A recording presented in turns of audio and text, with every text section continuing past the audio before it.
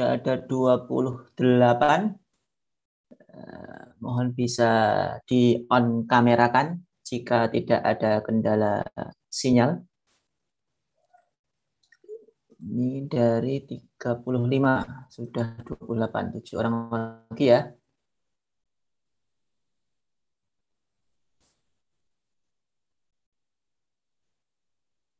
Mohon nanti kalau di pertengahan suara saya agak terpotong-potong, nanti tidak apa untuk interupsi ya.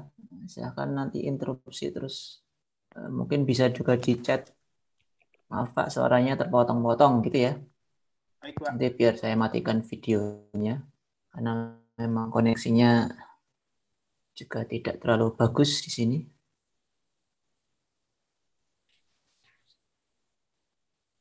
Oke, kita mulai saja ya. Ini bentar. Mbak Febriani Nur Aziza sudah hadir? Sudah, Pak. Sudah ya. Oke. Farel Fahinsa Hadir, Pak. sudah. Bintang Nur Khairi. Hadir, Pak. Oke. Alika Dwi Rahmadania. Hadir, Pak. Oke, sudah lengkap ya. Oke, untuk presentator sudah lengkap. Kita mulai saja. Bismillahirrahmanirrahim. Assalamualaikum warahmatullahi wabarakatuh. Waalaikumsalam warahmatullahi wabarakatuh. Alhamdulillah nahmaduhu wa nasta'inuhu wa nastaghfiruh wa na'udzu billahi min syururi anfusina wa min sayyiati a'malina may yahdihillahu fala mudhillalah wa man yudlilhu fala hadiyalah. Allahumma shalli wa sallim ala sayyidina wa habibina Muhammadin sayyidil mursalin sallallahu alaihi wasallam wa ala alihi wa ashabihi ajma'in. Rabbi shrah li sadri wa yassir li amri wa hlul 'uqdatan min lisani yafqahu qawli. Saya mulai dengan tahmid dan sholawat siang-siang gini biar adem ya.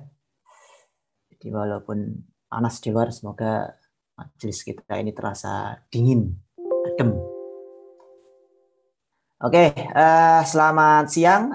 Saya ucapkan ya kepada teman-teman dari kelas apa ini? Teknik Elektronika kelas V ya. Selamat datang kembali ke mata kuliah Pendidikan Agama Islam di pertemuan sinkronus kita yang kedua. Setelah kemarin kita bertemu di pertemuan sinkronus yang pertama yang berisi pendahuluan. Nah, ini untuk yang sinkronus kedua ini nanti kita ada presentasi dari teman-teman kelompok 1 yang tadi ya ada Mbak Febriani, Farel, Bintang, dan Alika Dwi Rahmadania yang nanti insya Allah akan menyampaikan ya, akan kita dengar bersama nanti materi terkait dengan manusia dan agama. Jadi ada dua variabel penting di situ ya, ada manusia dan agama. Terus nanti juga kita akan dengar bersama-sama bagaimana hubungan dialektik antara dua variabel tersebut gitu ya. Nah, nanti diharapkan dari situ kita juga bisa mempelajari terkait dengan output yang dihasilkan. Nah, jadi setelah manusia itu mengkonsumsi agama ya, mendapatkan asupan peraturan-peraturan keagamaan, nah itu nanti perilaku yang dihasilkan seperti apa. Nah, itu nanti juga akan kita ulas bersama. Nanti ada juga terkait dengan pluralitas agama. Jadi nanti kita di awal akan mendengarkan terkait dengan konsep, hakikat dan fungsi manusia, terus kemudian juga konsep agama, terus hubungan antara manusia dan agama, dan juga nilai-nilai pluralitas, keberagaman dan kesatuan. Hari ini tadi saya ada 2 kelas ya sebelum ini, tadi sebelum Jumatan.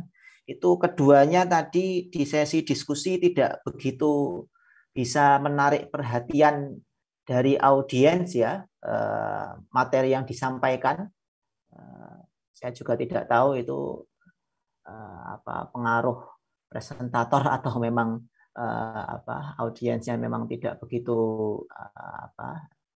tertarik ya dengan materi yang disampaikan. Tapi harapannya di kelas ini nanti berbeda ya. Mohon nanti ketika sesi diskusi hal-hal yang memang kelihatannya kurang bisa dipahami atau mungkin sudah ada pemahaman sebelumnya tapi tidak sesuai gitu ya. Nanti mohon diberikan tanggapan.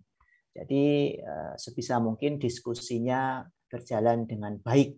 Berjalan dengan baik itu berarti ya ada pertukaran ide, pendapat dan lain sebagainya. Nah, nanti diskusi dan presentasi sepenuhnya nanti dihandle oleh kelompok 1. Saya tidak akan interupsi kecuali memang nanti dibutuhkan oleh kelompok 1 gitu ya. Ada yang kurang paham dan lain sebagainya, tapi harapannya tidak. Nanti sepenuhnya akan dihandle oleh kelompok 1. Nanti mohon untuk saya mungkin di akhir saja nanti diberi waktu mungkin 15 sampai 30 menit. Gitu ya, Mbak Febriani dan kawan-kawan. Mungkin untuk selanjutnya langsung saja kita mulai untuk presentasinya. Ini untuk share screen sudah saya buka aksesnya. Baik, untuk waktu dan tempat saya persilahkan sepenuhnya kepada Mbak Febriani dan kawan-kawan. Dipersilahkan.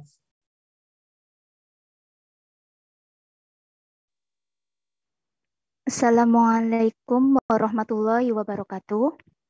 Waalaikumsalam Pertama-tama saya ucapkan terima kasih kepada Bapak Aulia Ghaznani Zami, LCMH, selaku dosen mata kuliah Pendidikan Agama Islam yang telah memberikan kesempatan kepada kelompok kami untuk mempresentasikan hasil diskusi kelompok kami. Kelompok kami terdiri dari Alika Dwi Rahmadania dengan NIM 2150733-403, kemudian Farel Nurhairi Ardi dengan NIM 2150733-4005, Farel Fahinza Haria Rahma dengan NIM 2150733-4004, dan saya Febriani Nur Aziza dengan NIM 2150733-4003. Kemudian saya persilahkan kepada semua anggota untuk membacakan hasil diskusi kelompok kami secara bergantian dimulai dari saya. Sebelumnya terima kasih kepada Alika yang telah menampilkan hasil presentasi kami melalui share screen. Baik, saya akan membacakan hasil diskusi kelompok kami untuk bagian yang pertama mengenai konsep, hakikat, dan fungsi manusia.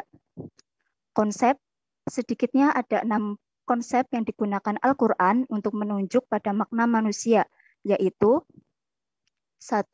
Konsep Abdullah, di antara sikap seorang hamba yang harus diperlihatkan kepada tuannya adalah sikap tunduk, patuh, dan taat.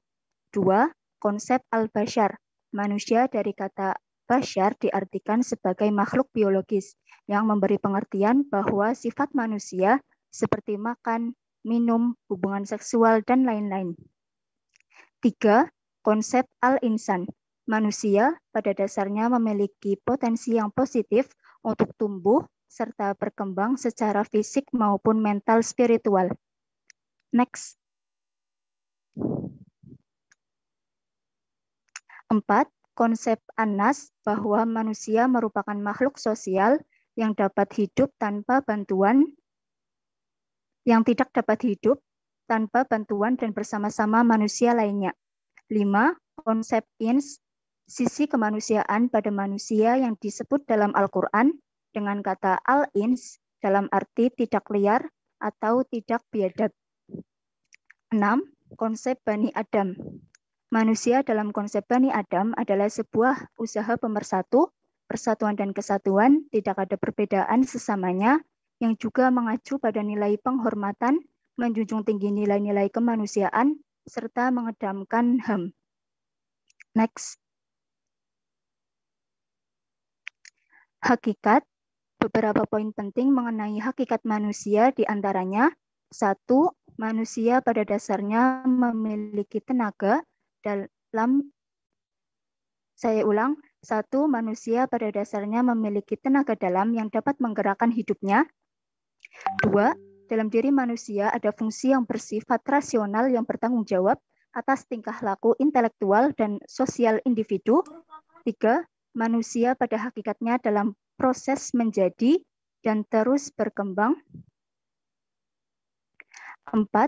Manusia mampu mengarahkan dirinya ke tujuan yang positif, mampu mengatur dan mengendalikan dirinya, dan mampu menentukan nasibnya sendiri. 5.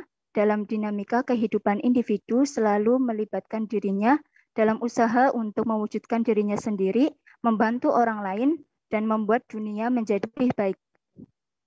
Next. Fungsi manusia.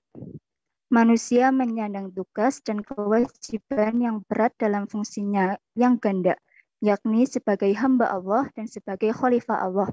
1. Sebagai hamba Allah. Posisi ini memiliki konsekuensi adanya keharusan manusia untuk taat dan patuh kepada penciptanya. Kedua, sebagai khalifah Allah. Manusia bertugas mengurus bumi dengan seluruh isinya dan memakmurkannya sebagai amanah dari Allah. Terima kasih. Kemudian untuk bagian yang kedua, saya persilahkan kepada Farel Fahinsa Ar-Rahma untuk membacakan hasil diskusi kelompok kami. Ya, terima kasih untuk Mbak Febriani. Selanjutnya, di sini akan dibahas tentang konsep tentang agama. Agama secara bahasa diambil dari kata A, yang berarti tidak, gama, yang berarti kacau, kocar-kacir, berantakan. Berarti agama disebut, bisa dibilang tidak kacau, tidak kocar-kacir, tidak berantakan. Bahasa ini diambil dari bahasa Sanskerta. Lalu agama secara istilah adalah ajaran atau sistem yang mengatur tata keimanan atau kepercayaan dan peribadatan kepada Tuhan Yang Maha Kuasa, serta tata kaidah yang berhubungan dengan pergaulan manusia dan manusia serta lingkungannya. Selanjutnya, unsur agama secara umum. Ada tiga unsur agama secara umum. Yang pertama adalah keyakinan, kredial atau akidah, yaitu keyakinan akan adanya suatu kekuatan supranatural yang diyakini pengatur dan pencipta alam. Yang kedua, peribadatan, atau biasa disebut ritual atau ibadah, yaitu tingkat kekuatan supranatural tersebut sebagai konsekuensi atau pengakuan dan ketundukannya. Yang ketiga, sistem nilai atau value sumber hukum atau syariat yang mengatur hubungan manusia dengan manusia lainnya atau alam semesta yang dikaitkan dengan keyakinan tersebut. Selanjutnya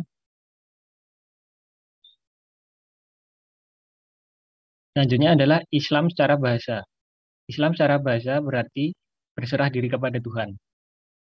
Lalu Islam secara istilah, yakni ketundukan seorang hamba kepada wahyu ilahi yang diturunkan kepada para nabi dan rasul guna dijadikan pedoman hidup dan juga sebagai hukum atau aturan Allah Subhanahu wa taala yang dapat membimbing umat manusia menuju ke arah kebahagiaan dunia dan akhirat.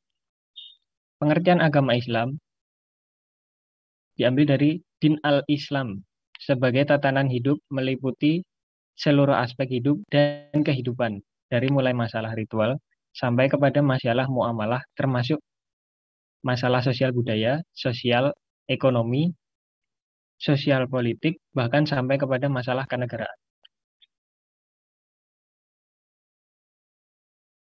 Selanjutnya.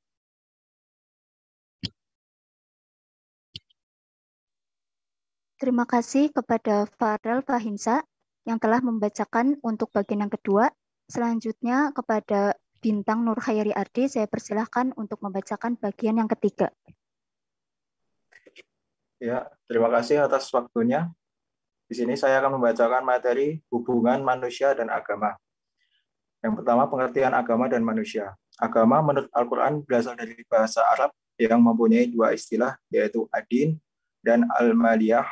Adin berarti syariat, dan al-milah berarti orang yang melaksanakan ibadah agamanya. Yang kedua, pengertian manusia. Menurut Al-Quran, memiliki 3 konsep manusia. Yang pertama, konsep al-bars, memiliki bentuk fisik. Konsep al-insan, kata insan berasal dari kata al-nas, berarti melihat, mengetahui, dan minta izin. Yang ketiga, konsep al-nas, manusia berfungsi sebagai makhluk sosial. Selanjutnya, fitrah manusia.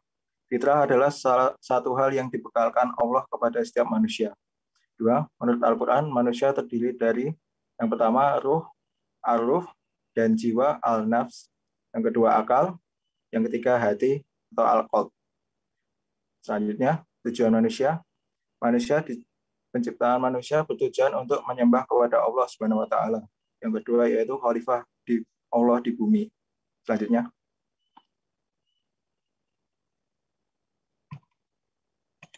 Selanjutnya yaitu hubungan manusia dengan agama. Menurut agama Islam, manusia diciptakan di bumi untuk beribadah kepada Allah. Selain itu, manusia diciptakan di bumi sebagai khalifah atau pemimpin di bumi, dan manusia diharapkan untuk sadar sebagai makhluk individu. Yang kedua, sadar sebagai makhluk sosial. Yang ketiga, sadar sebagai hamba Allah. Yang kedua, Islam mengajarkan 3 hal yang merupakan dasar dari agama, yaitu akidah, syariat, dan akhlak. Sekian, terima kasih. Terima kasih kepada Bintang. Selanjutnya, saya persilahkan kepada Alika Dwi Ramadhania untuk membacakan bagian yang keempat. Terima kasih atas waktunya. Saya akan menyampaikan materi mengenai nilai-nilai pluralitas, keragaman, dan kesatuan. Pluralitas dalam agama Islam dalam Al-Quran 1, Surat Al-Baqarah ayat 256. Tidak ada paksaan untuk memasuki agama Islam, sesungguhnya telah jelas jalan yang benar daripada jalan yang sesat. 2. Surat Yunus ayat 99. Dan jikalau Tuhan menghendaki, tentulah beriman semua orang yang di muka bumi seluruhnya. 3. Surat Al-Kafirun ayat 6. Untukmu agamamu dan untuklah agamaku. Jadi Islam mengakui pluralitas sebagaimana dalam Al-Quran dan hadis tersebut. Islam mengakui adanya perbedaan bangsa dan suku, etnis, dan bahasa. Keragaman ini tidak bisa dihapus, tapi Islam mampu mengatasi keragaman atau perbedaan ini. Islam ditujukan bagi seluruh umat manusia. Dalam Quran Surat Al-A'raf 158, Qul ya ayyuhan nas inni rasulullahi ilaikum jami'an. Wahai sekalian manusia, sesungguhnya aku Muhammad adalah utusan Allah untuk kami semua. Selanjutnya, keberagaman dan kesatuan. Bertoleransi dan menghormati sangat penting dilakukan karena keberagaman agama menjadi salah satu tantangan yang memungkinkan terjadinya miskomunikasi. Selain itu, mungkin pula muncul kekesalan karena tradisi ataupun ritual salah satu keyakinan yang mungkin tidak dapat diterima oleh agama lainnya. Kesatuan merupakan hasil perkumpulan umat beragama yang telah menjadi satu dan utuh. Maka kesatuan erat hubungannya dengan keutuhan.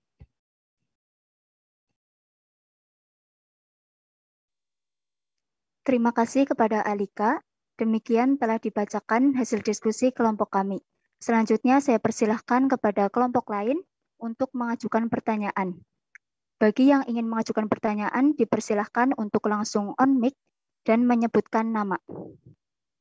Kepada kelompok lain, apakah ada yang ingin mengajukan pertanyaan?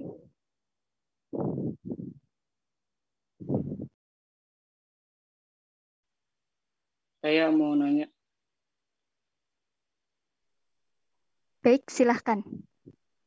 Perkenalkan, nama saya Muhammad Farid dari kelompok 2. Ingin bertanya kepada kelompok 1.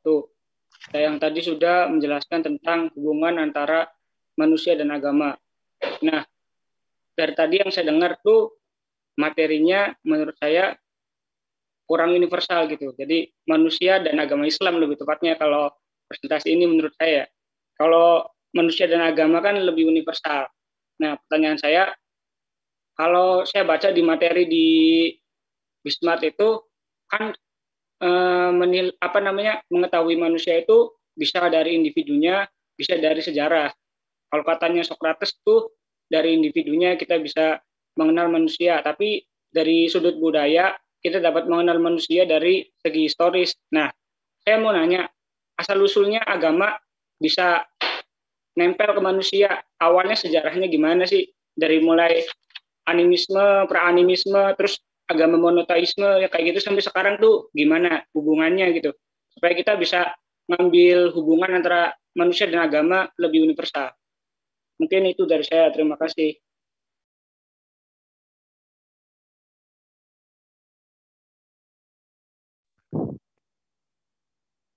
Terima kasih atas pertanyaannya. Mungkin untuk sementara pertanyaan akan ditampung terlebih dahulu. Kemudian kelompok lain, apakah ada yang ingin mengajukan pertanyaan lagi?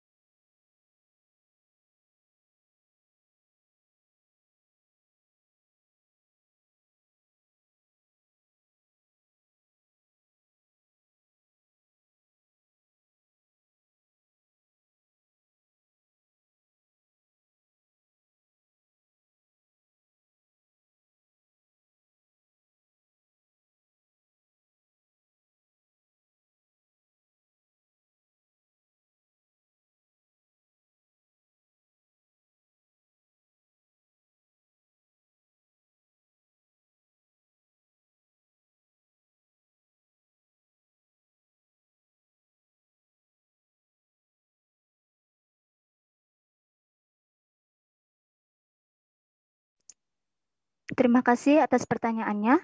Selanjutnya ada pertanyaan lagi dari kelompok lain.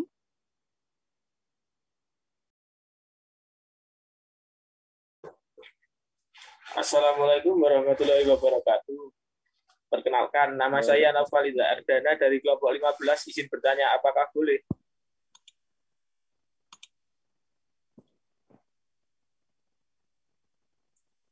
Halo, suara saya masuk apa tidak, Mas? Baik, silahkan. Maaf. Baik, pertanyaannya, apabila kita berada di lingkungan yang ada non-muslimnya, tetapi kita tidak tahu bahwa orang yang kita ajak bicara itu non-muslim dan kita mengajaknya sholat, nah itu hukumnya apa? Kalau kita tidak tahu.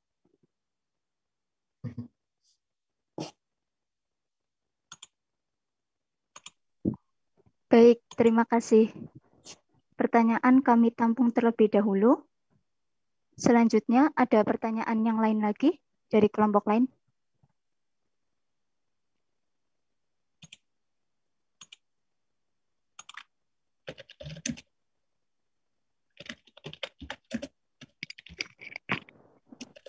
Assalamualaikum warahmatullahi wabarakatuh.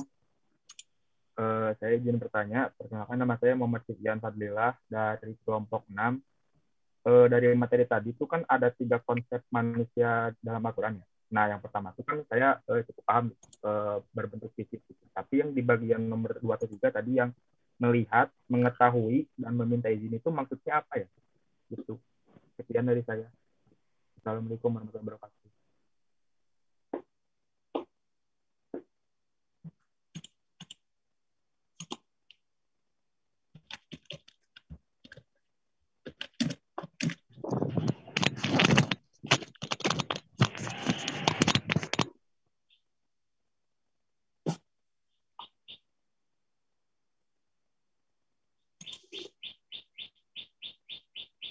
Baik, terima kasih.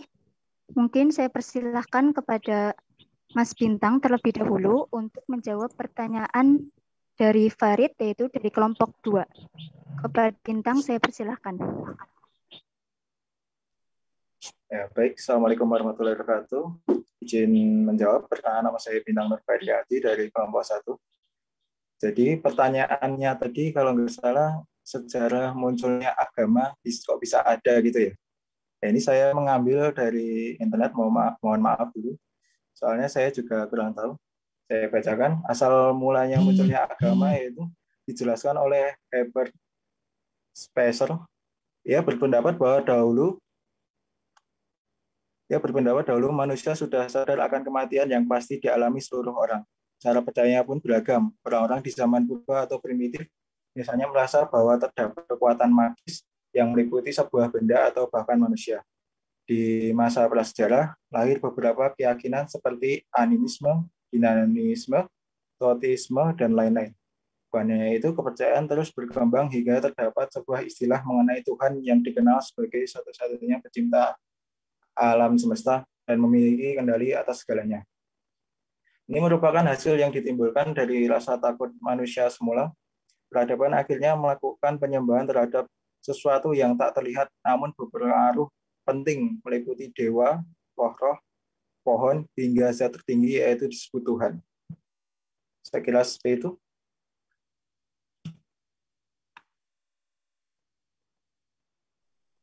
Baik, Apakah terima kasih menjawab? atas jawabannya. Kepada Mas Farid, apakah jawaban dari kelompok kami sudah jelas? Ya, terima kasih Mas Bintang, jawabannya cukup jelas. Oh iya, sama-sama Mas.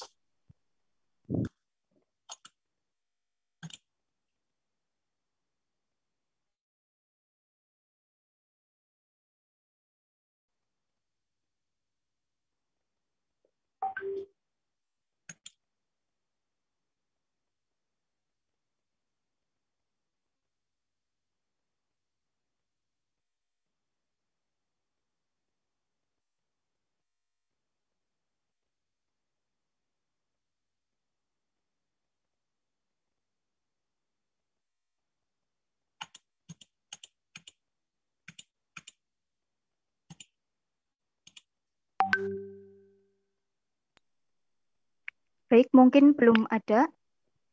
Selanjutnya saya persilahkan kepada Farel Fahinsa untuk menjawab pertanyaan dari Krisna, yaitu dari kelompok 2.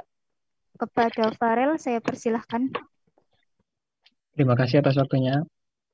Di sini tadi Mas Krisna bertanya tentang pluralitas dan juga hukum agama kita Islam untuk mempelajari agama lain begitu ya.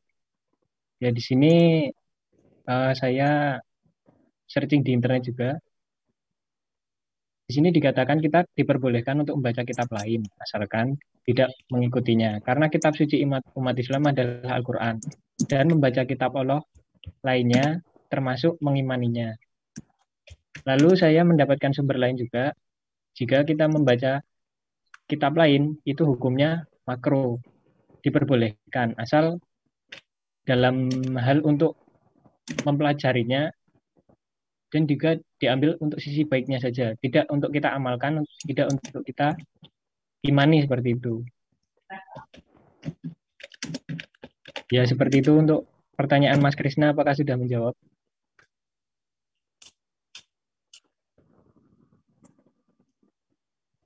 Siap, sama-sama Mas. Baik, selanjutnya mungkin ada pertanyaan lain yang ingin disampaikan.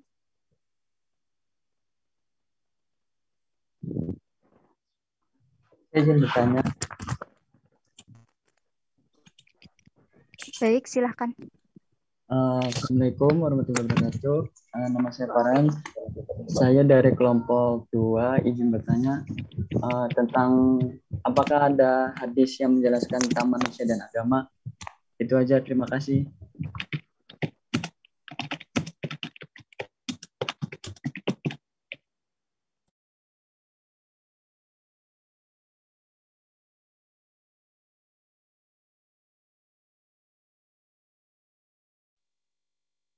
Baik, pertanyaan kami tampung terlebih dahulu. Untuk selanjutnya mungkin ada pertanyaan lain yang ingin disampaikan.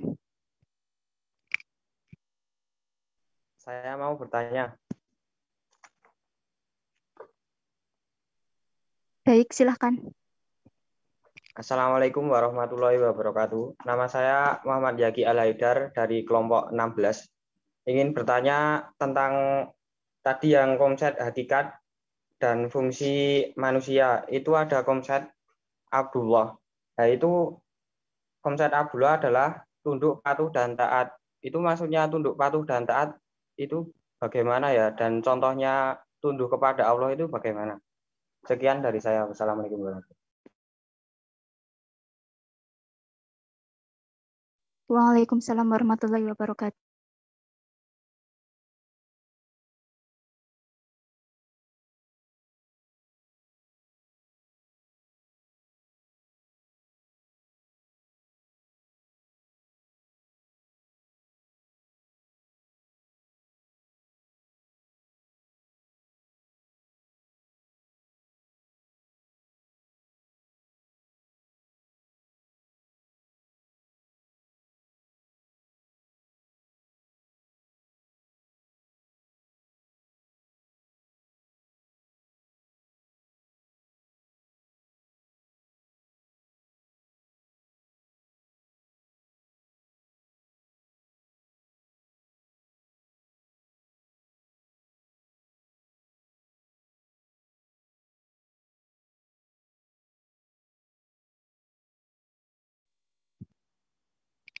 Baik, pertanyaan kami tampung terlebih dahulu.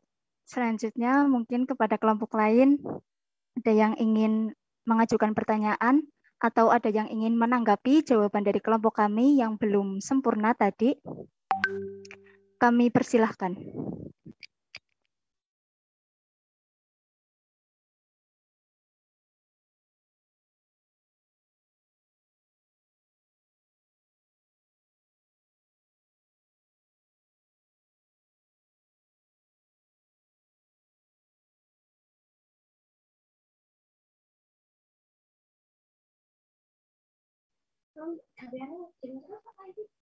Apa pun Chandra sih.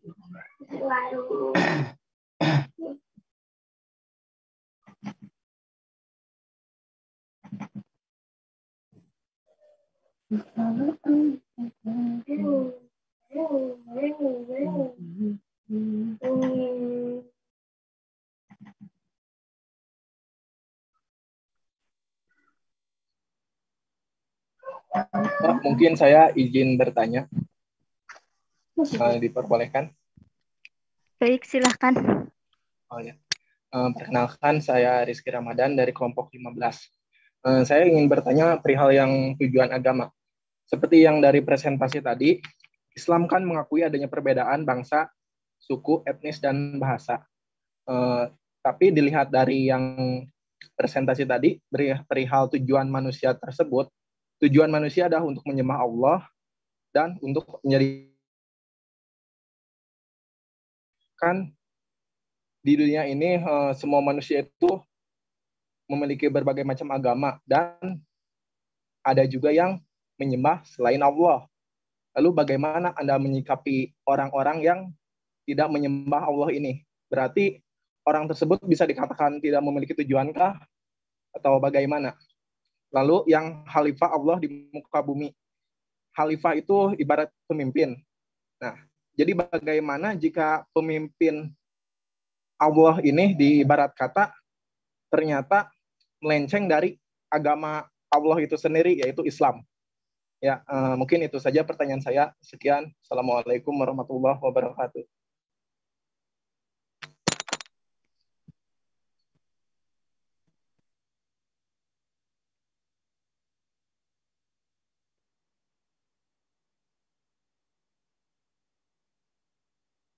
Maaf sebelumnya untuk pertanyaan yang kedua, boleh diulang?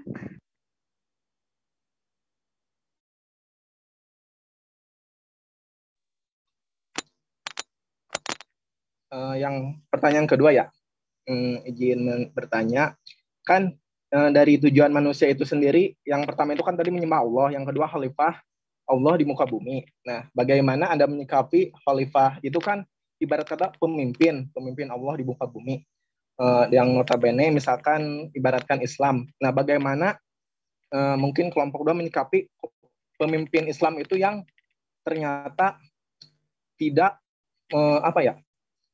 tidak sesuai dengan perintah dalam agamanya, seperti menjadi misalkan koruptor atau berbohong atau apalah. Jadi itu bagaimana menyikapinya?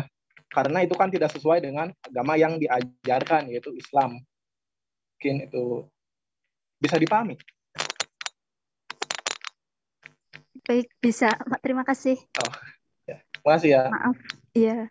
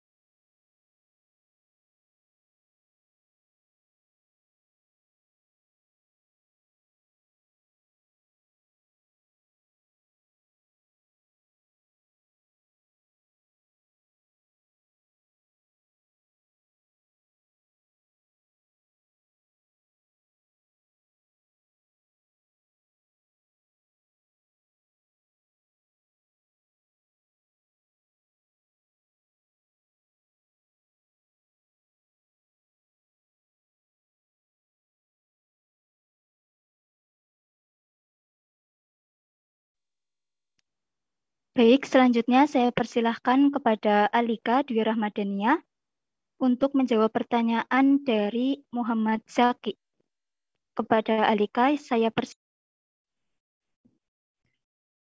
Saya ingin menjawab pertanyaan dari Muhammad Zaki. Tadi kan pertanyaannya maksud tunduk dan patuh kepada Allah Subhanahu wa taala itu maksudnya berserah diri kepada Allah untuk mengerjakan perintah Allah dan menjauhi larangan-larangannya agar selamat dunia akhirat. Terima kasih. kepada Muhammad Zaki, apakah jawaban dari kelompok kami sudah jelas? Sudah, terima kasih. Sama-sama.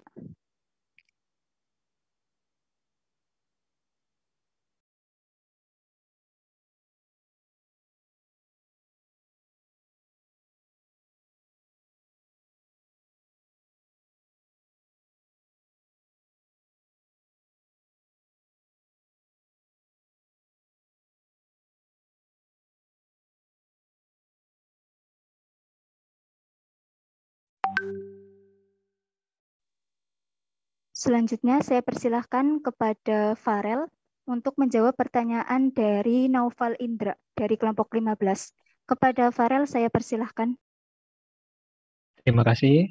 Tadi pertanyaan dari Mas Naufal Indra kan, hukum mengajak orang yang tidak seiman dengan kita mengajak sholat seperti itu ya. Dalam konteks kita tidak mengetahui orang tersebut beragama lain. Nah, memang jika kita seagama, yakni agama Islam, kita memang wajib mengingatkan untuk mengajak sholat. Tetapi jika kita tidak mengetahui agama orang tersebut, atau kita tidak sengaja mengajak orang tersebut, mungkin dari pandangan saya tidak apa-apa. Kan kita juga tidak mengetahuinya. Pasti orang tersebut juga akan paham kalau kita beragama Islam. Dan pasti akan mengajaknya untuk sholat. Seperti itu. Jadi mungkin tidak ada salahnya jika memang kita tidak mengetahuinya. Seperti itu, terima kasih. Apakah Mas Naufal Indra Terima kasih, berkenan Mas. dengan ini? Ya, sama-sama.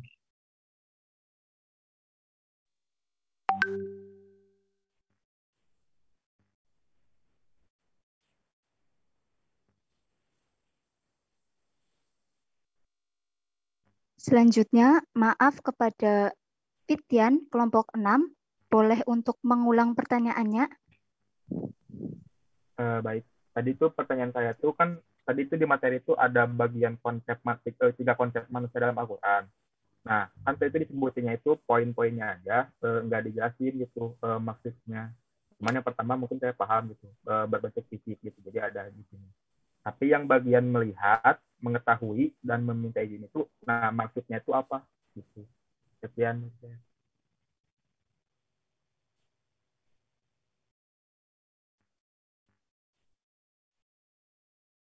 Kira-kira bisa dimengerti tidak ya?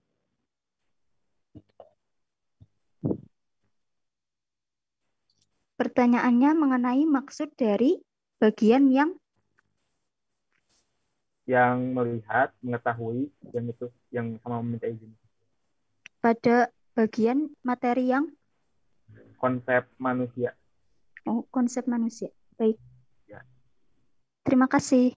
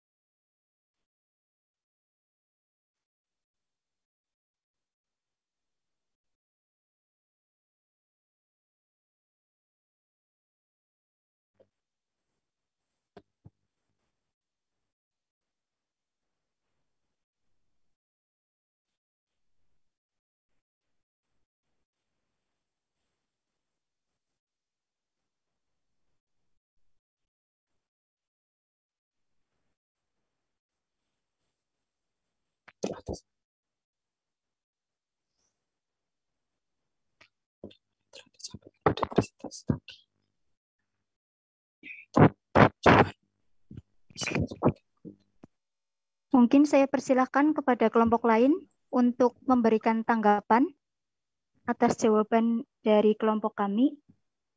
Barangkali belum sempurna atau belum tepat.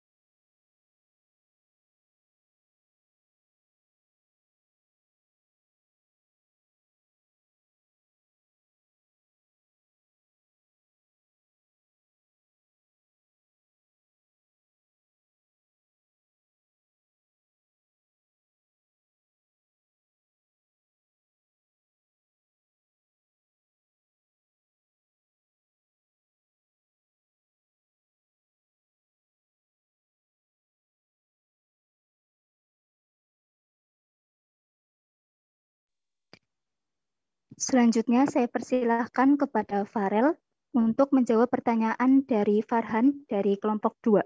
Kepada Farel saya persilahkan.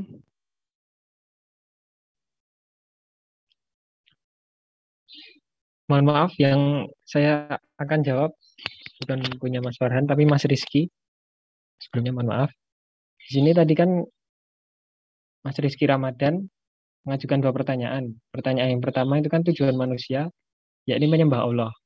Dan bagaimana penganut agama lain, seperti itu ya, kurang lebihnya. Kita kan dalam Islam, apalagi kita di Indonesia ini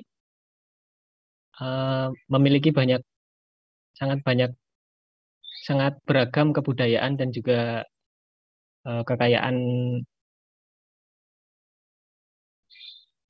dan kerukunan alam seperti itu ya.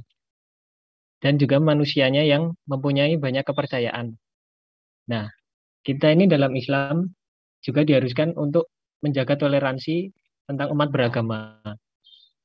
Kita tidak boleh menjelekkan agama lain, mencemooh, apalagi memberi label kafir seperti itu. Karena di dalam Islam sendiri, dalam Al-Quran sendiri menyebut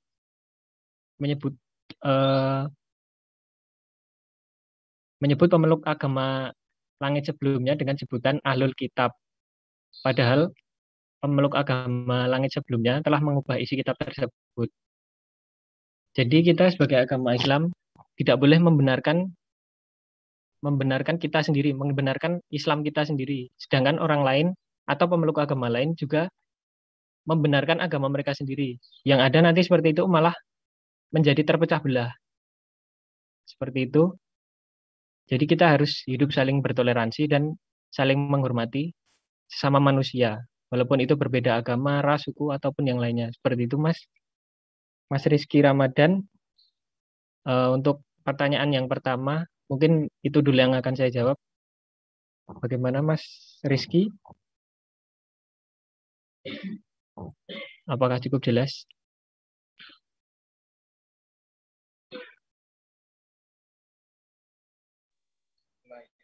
Lumayan jelas. Mas Rizky Ramadan? Ya. Bagaimana?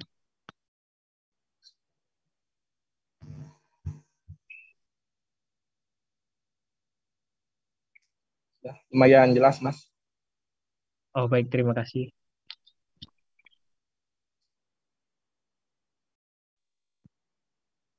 Terima kasih. Selanjutnya saya persilahkan kepada Bintang untuk menjawab pertanyaan dari Farhan dari kelompok 2. Kepada Ya, Bintang saya terima kasih. persilahkan. Oh ya, terima kasih. Saya akan menjawab dari pertanyaan Mas Bahar, yaitu hadis mengenai hubungan manusia dengan agama. Di sini saya sudah mendapatkan hadisnya, tapi mohon maaf, saya tidak bisa membaca hadisnya karena Arabnya Arab gundul. Saya membaca ya, diceritakan dari Adam, diceritakan dari Ibnu Abi Zib, dari Al-Wahri dan Abi Salamah bin Abdurrahman dari Abu Hurairah radhiyallahu anhu. Ia berkata, Nabi Muhammad SAW bersabda, setiap anak yang dilahirkan itu terlahir dalam keadaan fitrah suci. Kemudian kedua orang tua lain yang menjadikan ia seorang Yahudi, Nasrani atau Majusi. Hadis ini tersebut di atas menunjukkan bahwa manusia itu ketika lahir dalam keadaan fitrah suci atau agama Islam. Orang tua lain yang memiliki pengaruh yang penuh dalam membentuk kepercayaan pada anaknya. Ya, sekiranya seperti itu. Gimana Mas Farhan? Pak sudah menjawab? Ya, sudah. Terima kasih. Ya, sama-sama.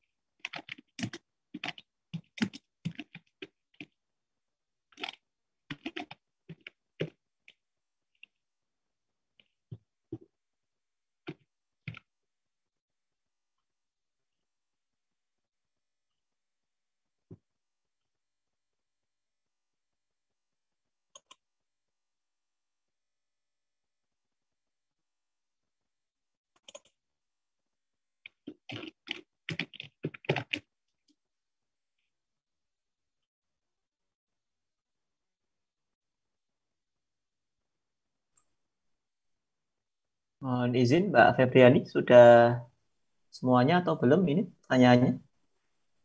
Masih 2 pertanyaan, Pak. Mas Fitian ya, dengan siapa? Satu lagi. Mas Rizky untuk pertanyaan yang kedua.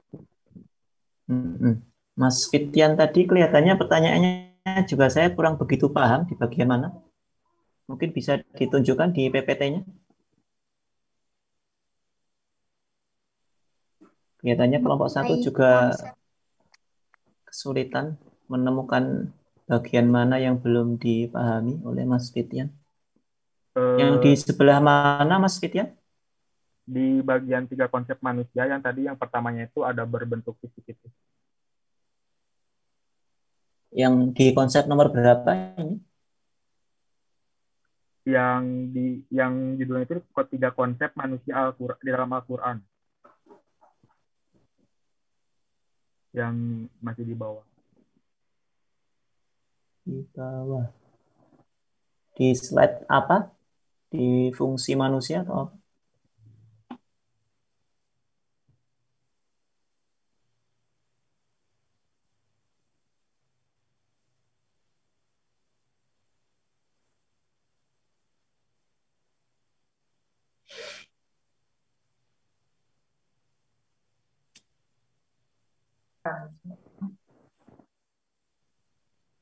Oh itu Pak.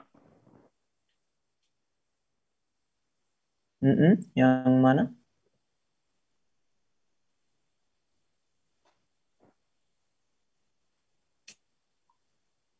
Oh, yang B itu. Iya Pak, yang konsep al-insan. Oh, itu. Baik. Bagaimana kelompok 1 menemukan kesulitan untuk menjawab pertanyaan ini? Mohon bisa disegerakan ya. Ini sudah hampir jam 2 ini nanti. Mungkin bisa agak sedikit dipercepat. Gitu ya Mbak Febriani?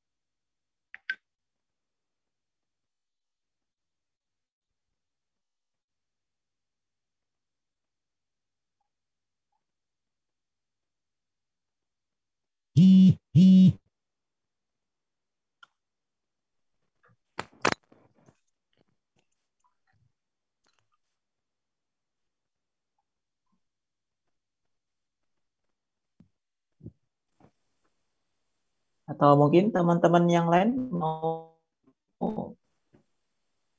bantu ada kelompok 1.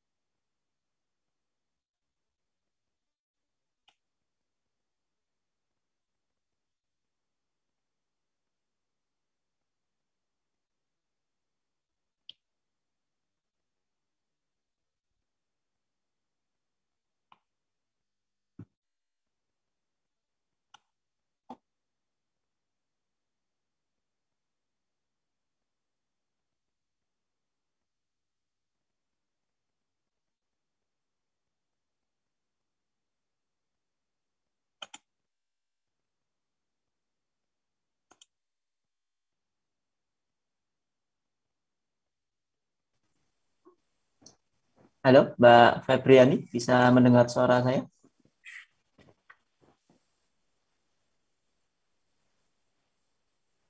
Mbak Febriani?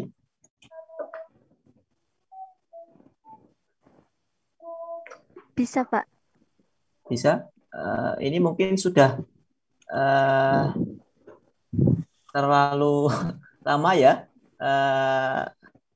Mungkin bisa disampaikan saja apa yang didapat gitu dari pertanyaan yang belum bisa direspon, atau mungkin dilewatkan karena belum menemukan sama sekali. Gimana Mbak Febriani? Baik, mungkin Farel akan mencoba menjawab pertanyaan dari Rizky untuk pertanyaan yang kedua. Kepada Farel, saya persilahkan. Ya, terima kasih. Tadi pertanyaan Mas Rizky yang kedua, menyikapi khalifah yang tidak menjalankan tanggung jawabnya dengan baik, seperti korupsi, tidak amanah, atau yang lainnya, seperti itu kan. Di sini saya mendapatkan hadis dari, jadi siapapun pemimpin yang menipu rakyatnya, maka tempatnya di neraka. Hadis riwayat Ahmad. Lalu yang kedua, hadis yang kedua, sungguh manusia yang paling dicintai Allah pada hari kiamat dan paling dekat kedudukannya di sisi Allah adalah pemimpin yang adil. Orang yang paling dibenci Allah dan paling jauh kedudukannya dari Allah adalah pemimpin yang zalim. Hadis riwayat Tirmizi. Jadi pemimpin yang tidak amanah atau yang mungkin tadi korupsi atau tidak mengemban tanggung jawabnya dengan baik, seperti itu, mungkin akan mendapatkan balasannya di akhirat nanti dengan dimasukkan ke dalam neraka. Dan untuk hukuman di dunia juga ada, yakni tentang dijauhi rakyat. Rasulullah SAW berpesan agar kaum muslimin mematuhi pemimpin dari kalangan mereka selama pemimpin itu tidak menyuruh bermaksiat kepada Allah. Jika rakyat diperintahkan untuk maksiat, maka hilanglah kewajiban untuk taat. Jadi, jika kita sebagai rakyat mengetahui tentang pemimpin kita dalam tindak tanduk buruknya, kita kita kehilangan kewajiban untuk taat kepada pemimpin tersebut. Jadi pemimpin tersebut akan tidak dipercaya oleh rakyat lagi dan akan dijauhi oleh rakyat. Seperti itu. Mungkin untuk Mas Rizky dari saya. Kepada Mas Rizky, apakah jawaban dari kelompok kami sudah cukup jelas?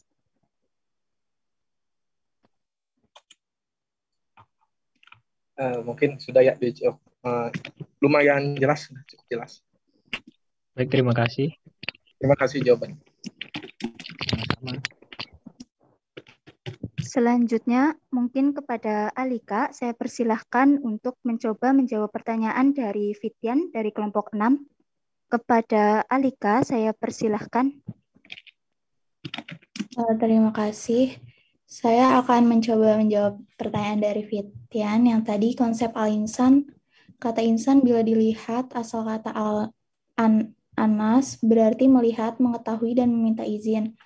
Atas dasar ini, kata tersebut mengandung petunjuk adanya kaitan substansial antara manusia dengan kemampuan penalarannya.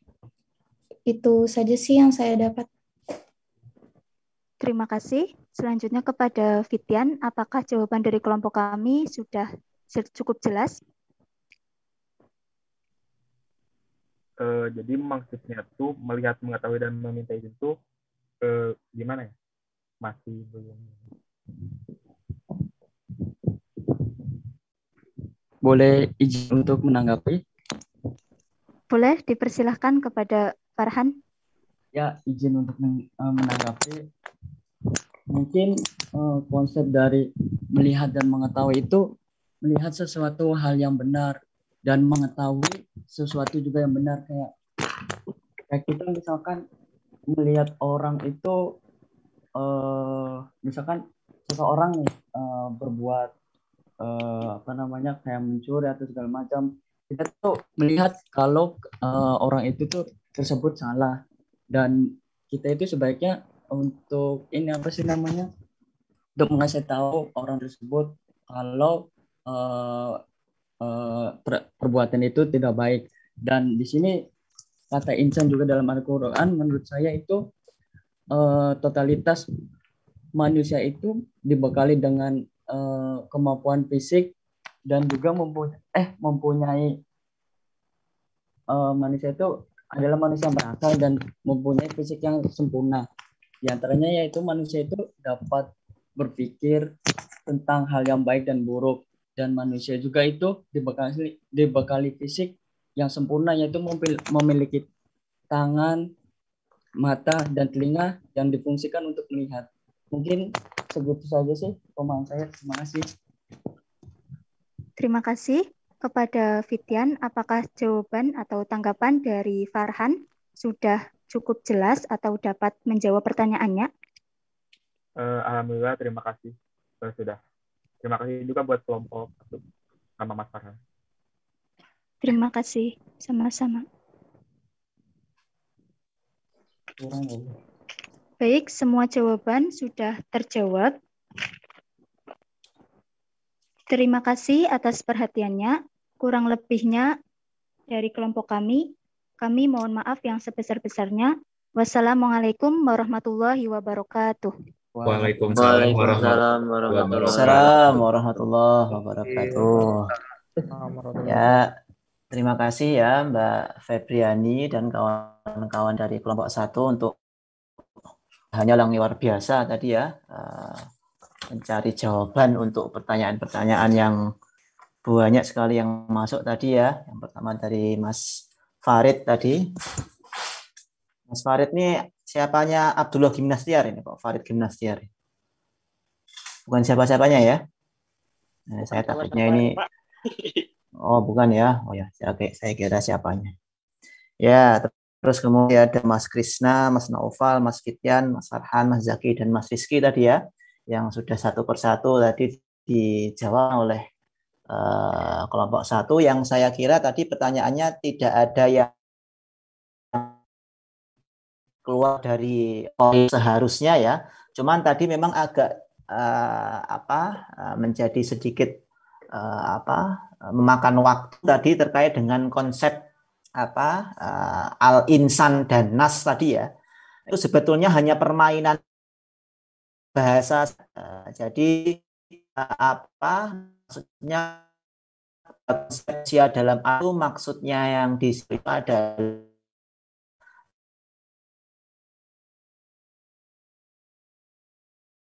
makna dalam Al-Quran tapi dengan kosakata al-insanu dan nasun gitu ya.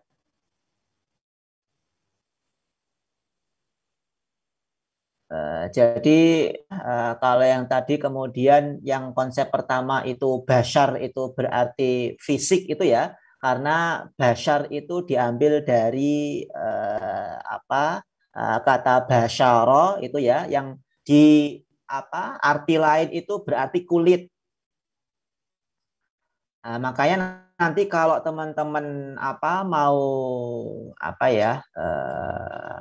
menjelaskan terkait dengan istilah-istilah yang erat kaitannya dengan istilah kearapan ya kayak insan itu kan kata serapan dari bahasa Arab ya, itu lebih baiknya lagi dimulai dengan kajian bahasa ya pengertian terminologis apa dan sebagainya, itu nanti bisa dimulai dengan seperti itu. Jadi biar kita jelas, seperti hanya insan ya, insan itu dari kata nasa ya nusu yang berarti jinak. Terus kemudian ada juga nasiyayansa yang berarti lupa dan lain sebagainya. Terus tadi juga ada berarti melihat. Kemudian meminta izin itu dari istaknasa yastaknisu. Nah, itu sebetulnya permainan kata dalam bahasa Arab. Yang dari satu suku kata yang sama. Jadi seperti yang teman ketahui ya, bahasa Arab itu kan sebetulnya aslinya itu dari 3 huruf ya. Fa, ain, dan lam. Contohnya mungkin ya yang nanti bisa ada permainan kata di situ. Contohnya kata-kata kataba, kaf, ta, dan itu berarti menulis ya kan. Nah, itu kalau ditambahin sedikit, dimodifikasi sedikit gitu ya. Itu kalau ada di ilmu shorof itu kalau teman-teman ada yang tahu ya. Nah, itu nanti kalau dirubah menjadi maktabun berarti meja. Kitabatun berarti tulisan. Maktabatun berarti library. Uktub berarti tulislah. Maktubun berarti tertulis. Nah, gitu ya. Intinya itu berarti dari satu kata ya, dari satu kata yang sederhana itu bisa punya banyak arti. Begitu juga dengan nasayanusu al-insan itu ya, nasun. Nasun itu bentuk jamak dari insanun. Insanun, insanani, nasun. Nah, itu satu kata yang sama tapi dipermainkan gitu ya, di tasrif gitu ya kalau dalam bahasa Arab, nanti muncul makna-makna yang lain. Tadi itu tidak lebih daripada itu. Jadi penjelasannya terkait dengan melihat, terus kemudian lupa, jina, meminta izin, nah itu dari kata yang sama yaitu nasayanusu, nasia, yansa dan lain sebagainya. Itu ya, itu terkait dengan tadi pertanyaannya Mas Fityan yang tadi cukup bikin krik-krik agak lama tadi ya. Oke, ini untuk yang ingin saya tambahkan di sini. Tadi untuk yang materi 1, 2, 3 itu sudah lumayan secara teoritis sudah cukup lumayan komprehensif ya, terkait dengan konsep, kemudian apa, hakikat, fungsi manusia dan agama itu tadi sudah cukup jelas. Apalagi kalau teman-teman juga sudah menambahkan dengan yang ada di modul Bisma lagi. Tapi yang kita pahami itu kan gampang. Nah, yang perlu kita pahami daripada ini adalah tadi ada hubungan antara manusia dan agama. Yang ini penjelasan pluralitas agama. Nah, kalau teman-teman bisa sembari searching ya, bisa dicari itu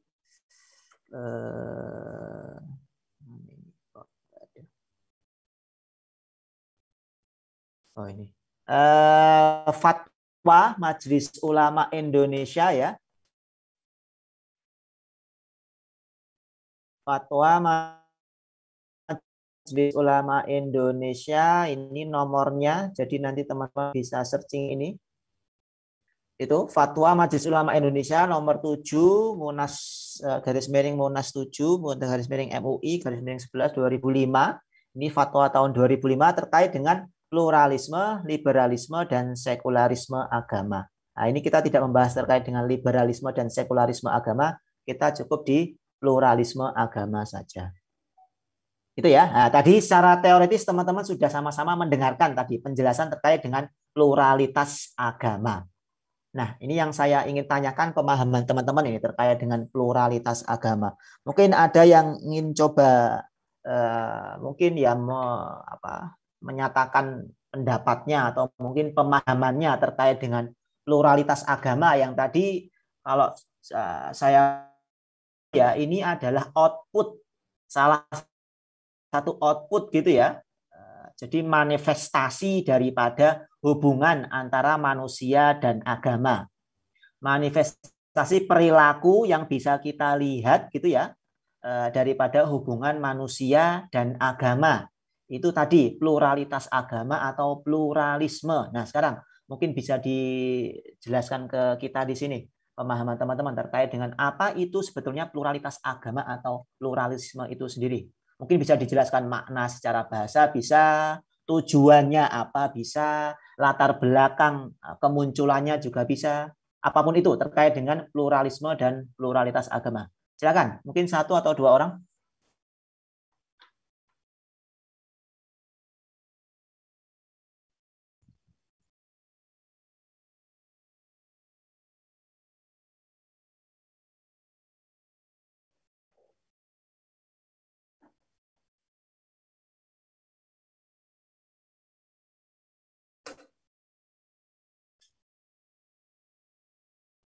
Kalau dimulai dari kajian bahasanya itu kan plural itu kan berarti jamak ya. Ya kan? Jamak tidak satu, berjumlah banyak dan lain sebagainya ya. Plural. Nah, itu kok bisa kemudian ada kajian pluralitas agama. Nah, ini maksudnya apa? Apalagi di kajian agama Islam ya, yang kita ini identik dengan mengesahkan konsep tauhid dan lain sebagainya, tapi kok kemudian ada kajian pluralitas agama. Kalau tadi ya teman-teman mendengarkan dari pemaparan kelompok 1 tadi, kok nilai-nilainya itu lebih kepada tadi toleransi, terus kemudian penghormatan, penghargaan dari satu pemeluk agama tertentu kepada pemeluk agama yang lain dan lain sebagainya. Nah, ini keterkaitannya apa antara satu dengan yang lainnya itu? Mungkin bisa dijelaskan dari situ? Silakan.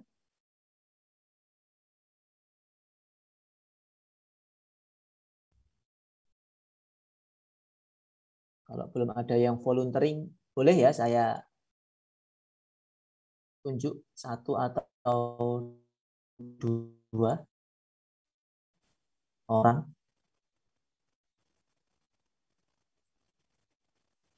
Nah, ini yang beruntung ini. Mas Bagas Suryo Wibowo, ada?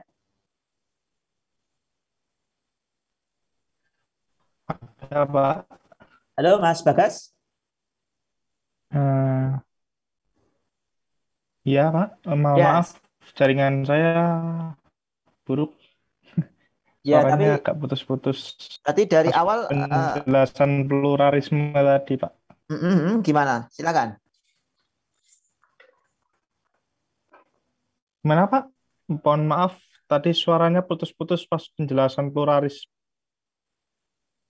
Ya, mungkin pendapat dari Mas Bagas, pluralisme atau pluralitas agama itu menurut pemahaman Mas Bagas itu apa sebetulnya? Gimana, Pak? Maaf, jaringan saya buruk. Sangat buruk, Pak. Oh, iya. Maaf, Sama Pak, sekali maaf. nggak bisa mendengar suara Nah, saya. ini baru bisa. Oh ya. Sepemahaman Mas Bagas saja, apa itu pluralitas agama atau pluralisme itu apa? Menurut saya sih pluralitas agama itu adalah menghargai agama antara satu dan lainnya, Pak. Terus?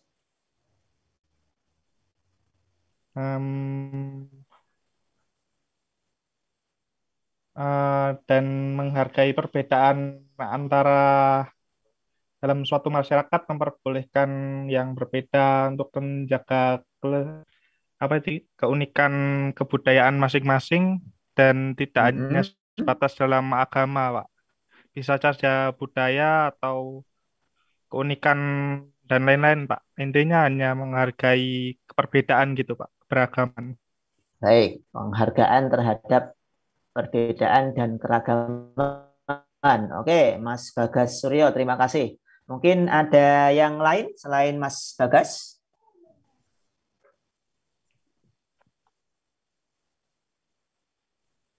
Apapun ya yang bisa dipahami dari pluralitas agama, silakan disampaikan.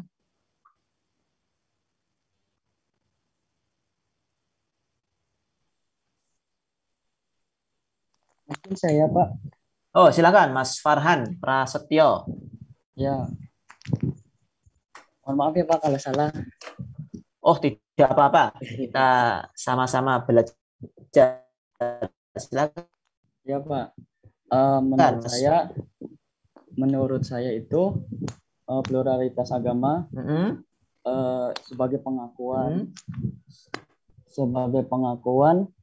atas keberagaman dan agamanya. Ya. Jadi misalkan kayak kita itu hidup di lingkungan yang agamanya berbeda-beda. Tetapi kita tuh kayak tidak boleh, kita tuh kayak memaksakan orang lain atau agama lain itu untuk mengikuti kita gitu, Pak. Jadi memaksakan orang lain itu untuk masuk ke kita, kalau dan kita juga, dan ini mungkin apa sih namanya, dan tetap kita tuh ya saling menjaga prinsip-prinsip agama lain. Kalau misalkan kayak agama Kristen gitu kan, setiap Sabtu ataupun Minggu kan kayak beribadah gitu kan di gereja, dan apabila kita rumahnya di sebelah gereja itu kita tetap menghormatin gitu, Pak. Jadi itu, dan kita juga mengakuin bahwa itu ciri dari agama Kristen itu sendiri. Mungkin seperti itu, Pak. Baik. Terima kasih, Baik, Pak. terima kasih Mas Farhan. Jadi sama ya dengan apa yang disampaikan Mas Bagas tadi, yaitu terkait dengan menghormati ya sesuatu yang berbeda di tengah-tengah masyarakat. Baik, mungkin di sini teman-teman atau kita semuanya ya sepakat bahwasanya kalau pembahasan terkait dengan pluralitas agama maupun pluralisme itu berarti tidak lepas dari tadi penghargaan, penghormatan, toleransi dan lain sebagainya. Tapi ya kalau mungkin teman-teman bisa lihat ya, mungkin di tengah-tengah masyarakat bisa, atau mungkin di media sosial, Twitter ataupun apa ya yang ramai perbincangannya, Facebook dan lain sebagainya. Itu banyak yang kemudian ketika membicarakan pluralisme, itu justru yang ditemukan di dalam semangat pluralisme maupun pluralitas agama itu justru sikap-sikap yang intoleran.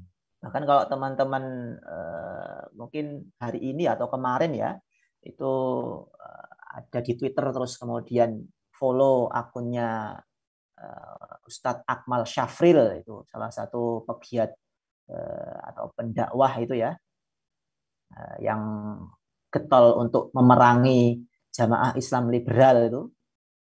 Itu beliau ada itu kajian, jadi justru orang-orang yang mengaku pluralis itu justru yang kadang-kadang yang paling intoleran. Jadi malah kontradiktif ya dengan yang kita sepakati tadi yang menyatakan bahwasanya pluralisme itu tidak lain dan tidak bukan pembahasannya yaitu terkait dengan tadi toleransi, terus kemudian penghormatan dan lain sebagainya. Intinya kalau ada perbedaan ya itu menurut paham pluralisme atau menurut semangat pluralitas agama, ya itu harus kita hargai, gitu kan. Tapi ternyata justru di dalam Islam sendiri ya, para pegiatnya itu ada yang banyak menemukan justru di dalam semangat pluralisme, di dalam semangat orang-orang pluralis atau aktivitas orang-orang pluralis itu, justru banyak ditemukan tindak-tindak yang intoleran. Nah, ini makanya yang mau kita bahas ya. Nah, ini sesuai dengan konteks pada tahun ini dikeluarkannya fatwa ini tahun 2005-an. Jadi sebenarnya ini masih relevan ya fatwa ini dengan apa yang terjadi sekarang karena memang masih ada perbedaan terkait dengan pemahaman terhadap pluralisme maupun pluralitas agama. Ada yang menyatakan ini adalah solusi terhadap kemajemukan yang ada di tengah-tengah masyarakat Indonesia. Kita tahu ya Indonesia perbedaan ras, suku dan agama itu banyak kita temukan di tengah-tengah masyarakat dan permasalahan yang timbul juga banyak juga.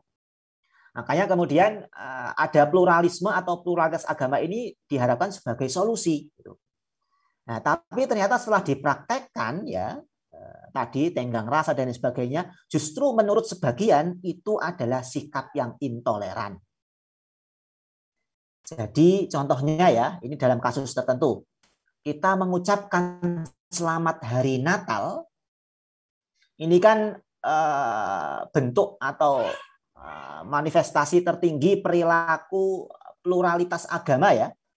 Nah, kita seorang Muslim ya, tetangga kita tadi kalau dicontohkan sama Mas Farhan tadi, tetangga kita ada yang Kristen, Katolik sedang merayakan Natal dan sebagainya, kita mengucapkan selamat hari Natal. Mungkin satu pihak ada yang melihat, oh itu bentuk daripada semangat pluralitas agama, toleransi dan sebagainya. Tapi pihak lain ya di dalam Islam juga itu mereka menyatakan bahwasanya ini sudah kelewat batas. Ini justru tindak yang intoleran terhadap ajaran agama Islam sendiri. Karena sudah menyalahi. Jadi toleransi itu ada batasannya. Jadi kalau sudah menyatakan atau mengucapkan selamat hari Natal itu toleransi yang kebablasan. Belum lama kemarin Ustadz Gus Baha ya. Nah, itu juga beliau datang ke gereja, terus kemudian menyampaikan sesuatu di gereja. Itu sekali lagi ada dua pendapat juga. Ada yang menyatakan beliau ini sedang menunjukkan semangat pluralitas agama yang ada dalam agama Islam. Agama Islam itu agama yang inklusif gitu. Salah satu bentuk toleransinya itu pendakwahnya ya bisa atau boleh atau mungkin juga nggak apa-apa gitu ya masuk ke ruang ibadah agama lain untuk menyampaikan sesuatu atau untuk mendapatkan sesuatu di dalamnya. Atau mungkin ada pihak yang lain juga yang misalkan oh tidak, itu toleransi yang sudah kebablasan dan sebagainya. Nah ini makanya kemudian harus kita berikan batasan ya. Mana yang sudah kebablasan toleransinya, mana yang masih sesuai dengan koridor agama atau syariat Islam. Nah ini makanya di tahun 2000 UI mengeluarkan fatwa karena ternyata pada saat itu sudah banyak sekali tindak pluralisme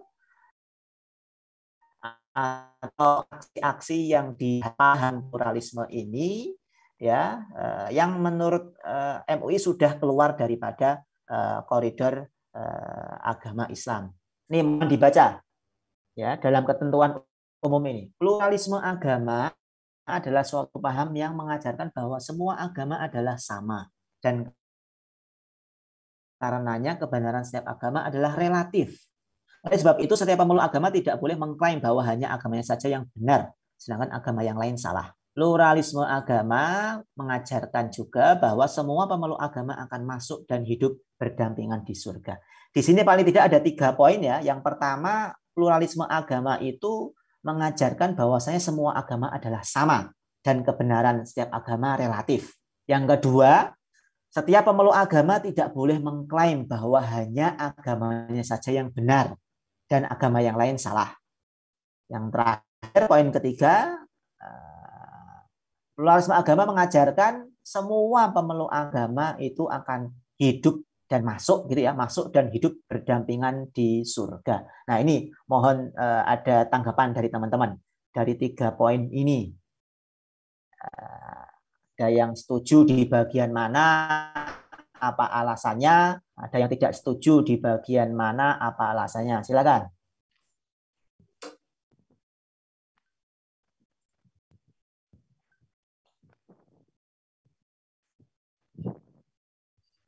Ya, siapa ini?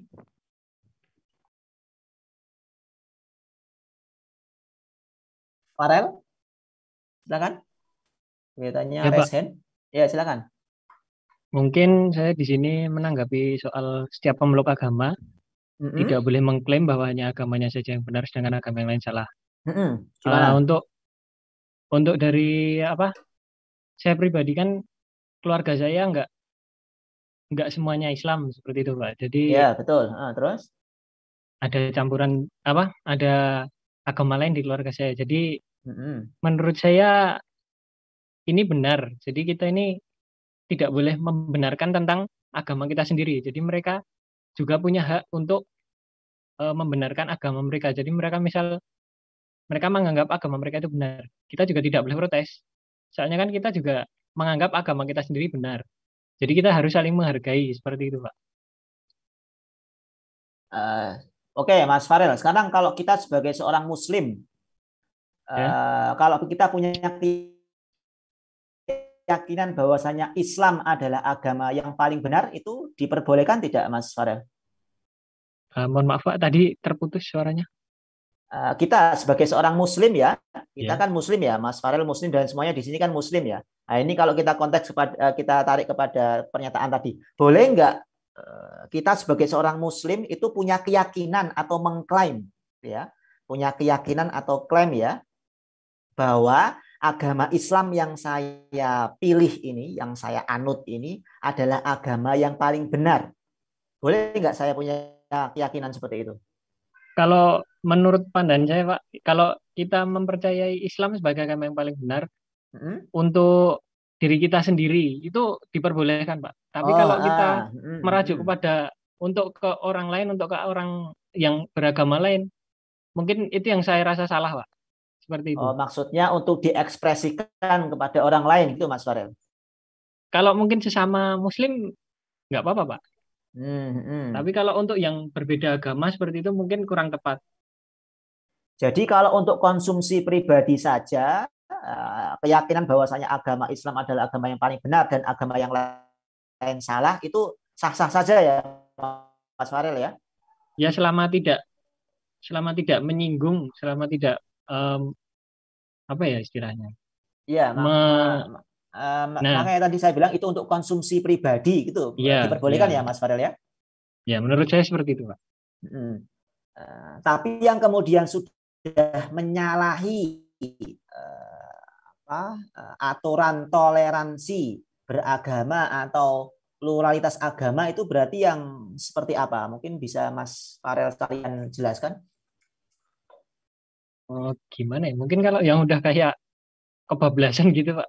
Ya, kayak yang tadi saya paparkan di presentasi untuk menjawab pertanyaan dari Mas siapa ya tadi? Kita itu kan nggak boleh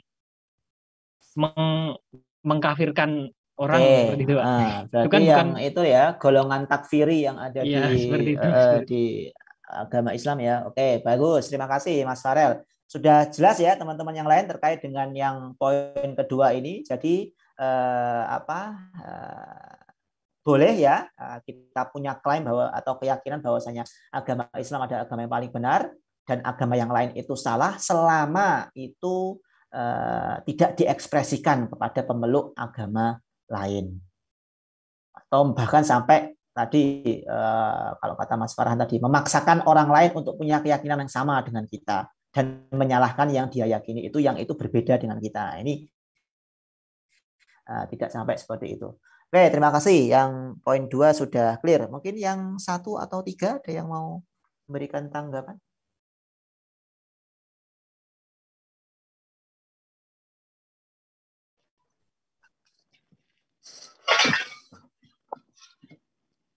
Siapa ini? Halo?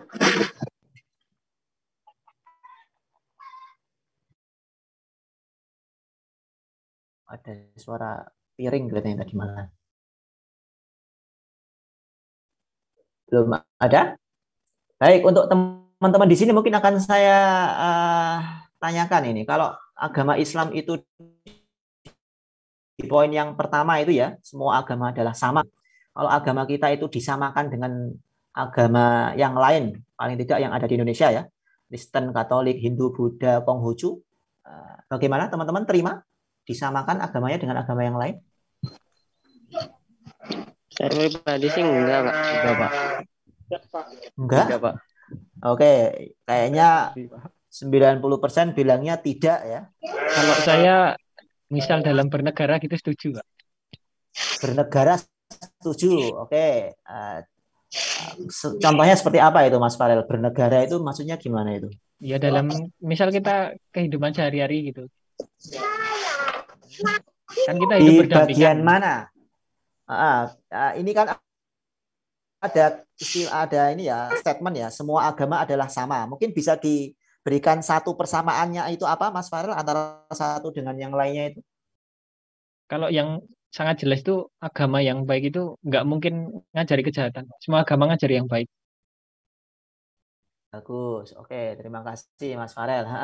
Ini sekali lagi ya dijelaskan sama ini. Jadi di sini semua agama adalah sama itu berarti adalah sama-sama mengajarkan kepada kebaikan. Bukan berarti sama di sini itu adalah sama ajarannya ya. Karena kita tahu di kita ada konsep tauhid dan lain sebagainya. Kalau yang lain ada konsep trinitas, ada konsep dewa-dewa dan lain sebagainya ya. Nah, itu detail ajarannya berbeda. Tapi sama di sini itu adalah berarti sama-sama mengajarkan kepada kebaikan. Sekaligus saya melanjutkan di poin yang ketiga. Ini untuk hal tentang ganjaran kehidupan dunia ini ya. Ini sudah bukan ranahnya manusia. Jadi untuk kemudian kita bisa memastikan kita ada di surga, orang Kristen ada di surga, orang Hindu, Buddha ada di nirwana, yang lain ada yang reinkarnasi dan lain sebagainya. Ini sudah bukan ranahnya manusia ya untuk memberikan ketentuan dengan ini. Jadi apalagi setiap agama ya itu sudah berbeda. Di kita memang ada surga, ada jannah gitu ya. Ada Jannatul Firdaus, Jannatul Aden, dan lain sebagainya. Mungkin kalau di agama lain berbeda. Tadi yang saya jelaskan, ada nirwana, ada reinkarnasi, dan lain sebagainya. Makanya untuk kemudian kita membayangkan semua pemeluk agama itu hidup berdampingan di surga itu agak sedikit kesulitan kitanya ya, di luar imajinasi kita. Nah, ini kemudian diberikan ketentuan hukum daripada definisi tadi itu. Pada intinya ya, definisi tadi itu sudah bertentangan dengan ajaran agama Islam. Jadi pluralisme agama yang tadi dijelaskan di awal itu sudah bertentangan dengan ajaran agama Islam. Jadi tidak benar untuk kemudian kita menyatakan bahwasanya semua agama adalah sama. Kebenaran agama itu relatif. Tidak, kebenaran agama itu absolut untuk yang memeluknya. Ya, jadi kebenaran ajaran agama Islam untuk seorang Muslim itu absolut dan juga berlaku untuk yang orang Kristen. Ajaran agama Kristen untuk pemeluk agama Kristen itu absolut.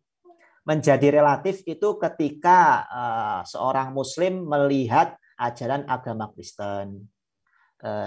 Muslim melihat ajaran agama Hindu, Buddha dan sebagainya. Tapi untuk pemeluk masing-masing itu tidak relatif ya, tapi absolut. Makanya nanti di kita ada sabat wal murunah nanti ya untuk ajaran agama Islam itu. Nanti kita pelajari di bab yang kedua, yaitu saya di ajaran agama kita itu memang ada yang bisa disesuaikan dengan kondisi, tapi ada juga yang sabit atau prinsipal ya, tidak bisa dirubah-rubah. Nah, ini kemudian dijelaskan lagi di poin 3 dan 4, sikap eksklusif dan inklusif. Eksklusif itu lakum dinukum waliyadin, gitu ya.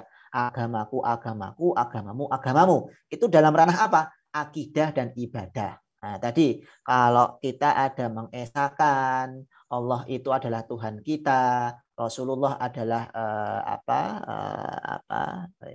Muhammad adalah Rasulullah dan lain sebagainya ya. Nah, ini masalah akidah ini dan ibadah ya, sholat dan lain sebagainya itu ranah eksklusif.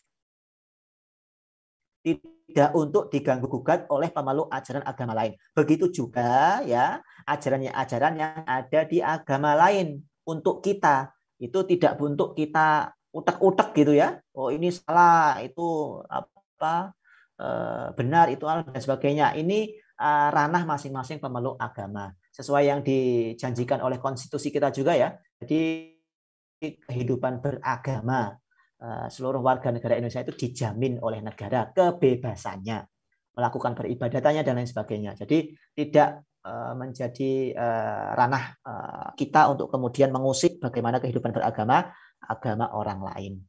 Nah, tapi kita juga bisa bersikap inklusif nih. Kita boleh bercampur tangan, tapi dalam masalah sosial, bernegara kalau kata Mas Farel tadi ya. Pluralitas agama harus kita junjung dalam masalah sosial. Jadi kalau digotong royong atau di apapun itu ya kegiatan sosial itu tidak kemudian kita lihat oh ini dari jidatnya ya, oh ini dia Muslim, oh ini dia Kristen, oh dia ini ada, tidak seperti itu.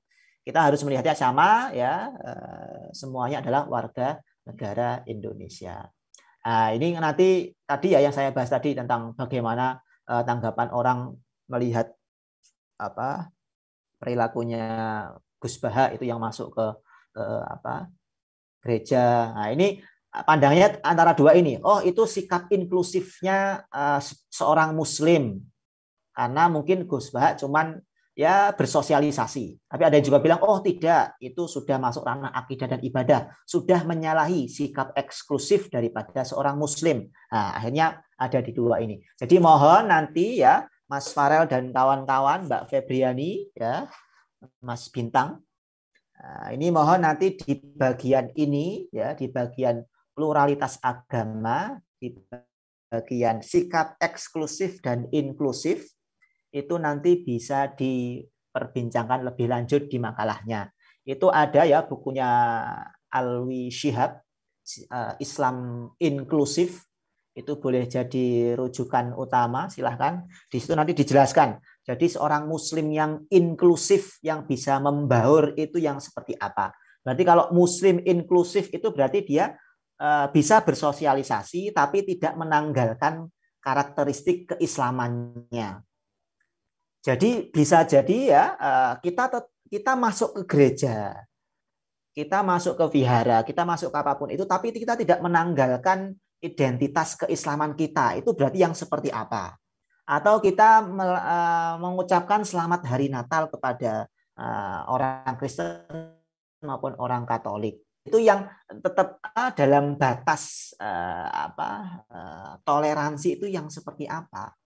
Dengan niat yang seperti apa? Kalau kita memang harus sampai mengucapkan selamat hari Natal tanpa kita itu tergoyahkan gitu ya, akidah maupun keislaman kita. Nah, ini nanti silakan Mbak Febriani dan kawan-kawan nanti bisa dituliskan lebih lanjut di makalahnya. Nanti biar kita ketika membahas atau membaca makalahnya terkait dengan manusia dan agama, kita tercerahkan. Oh, ini loh batasannya kalau kita mau bertetangga dengan orang Kristen itu seperti ini. Oh, ini loh caranya kalau kita mau masuk ke ruang ibadah orang lain itu seperti ini caranya dan sebagainya. Begitu ya, Mbak Febriani dan kawan-kawan. Oke, karena ini sudah melebihi waktu dari yang seharusnya ya, ini sempat 3. Mohon untuk yang kelompok-kelompok selanjutnya mungkin tadi sudah bagus ya jalannya diskusi dan presentasi, tapi mungkin speednya bisa agak dinaikkan dikit ya. Jadi mungkin nanti percakapan atau pertukaran pendapatnya bisa agak sedikit lancar. Jadi tidak terjeda terlalu lama. Kalau terjeda terlalu lama nanti ada yang bengong, ada yang akhirnya ngantuk dan lain sebagainya. Gitu ya. Tapi tadi sudah bagus. Tadi untuk masukan saya terkait dengan pluralitas agama tadi, mohon bisa nanti dijabarkan. Baik, terima kasih. Mari kita akhiri perjumpaan kita dengan bersama membaca hamdalah. Alhamdulillahirabbil alamin. Subhanakallahumma wa bihamdika asyhadu an la ilaha illa anta astaghfiruka wa atubu ilaik. Pertemuan pekan depan kita asinkronus ya, bab 4